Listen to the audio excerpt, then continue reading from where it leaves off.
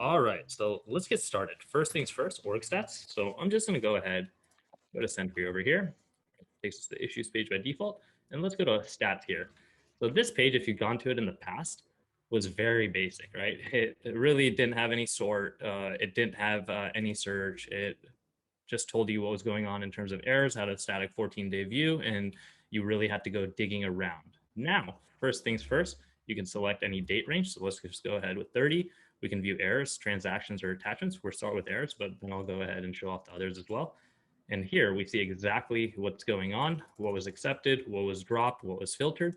And highlighting here shows what was ingested, what was dropped, what was accepted, etc. We can do a cumulative as well, so see how we're doing over time.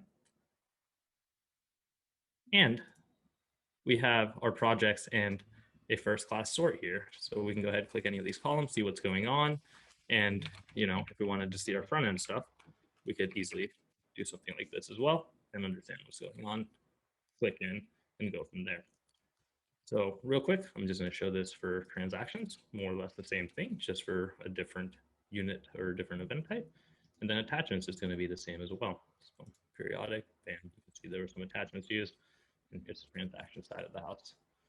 So that's really it for org stats. As basic as that is, we wanted to give you all the understanding of what was going on in terms of your organization, what's being ingested, if you have any projects that are going off the rails, and if you need more event quota or whatever it is, to figure it out from there.